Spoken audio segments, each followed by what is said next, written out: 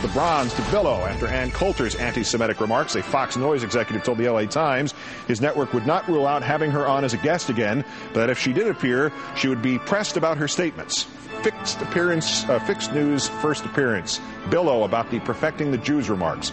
I don't even care to tell you the truth. Coultergeist. Either do I. You brought it up and I'm not explaining myself. Billow. No, I had to bring it up because of other things.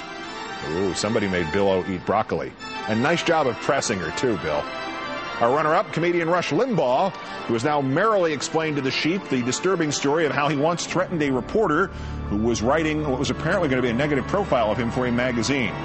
We found out who was writing it, made a couple of phone calls to the person writing it. We said, you know what? We're going to find out where your kids go to school. We're going to find out who you knocked up in high school. We're going to find out what drugs you used. We're going to find out where you go to drink and do... We're going to find out how you paid for your house. We're going to say that, you know what, you are no different than Al Goldstein. You both masturbate.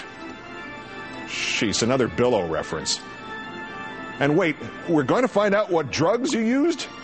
Looking for mutual areas of interest, Rush? But our winner, Richard Johnson, editor of the notorious Page 6 segment in the New York Post, a New York Magazine writer named Vanessa Gregoriadis, claimed Johnson had been, quote, emasculated by the Murdoch hierarchy after the Page 6 bribery scandal. Today, Page 6 actually wrote this about her. As for us being emasculated, Gregoriadis ignores the fact that half the Page 6 staff is female.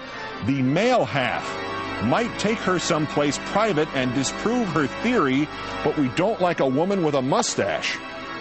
If you're looking for journalism, responsibility, good writing, or facts, you already know not to consult Page 6, but for a columnist to write that what can be read as threatening a woman with gang rape would seem to be too much even for Rupert Murdoch. However, his editor there has already responded to an inquiry about this by telling a reporter, quote, get a life.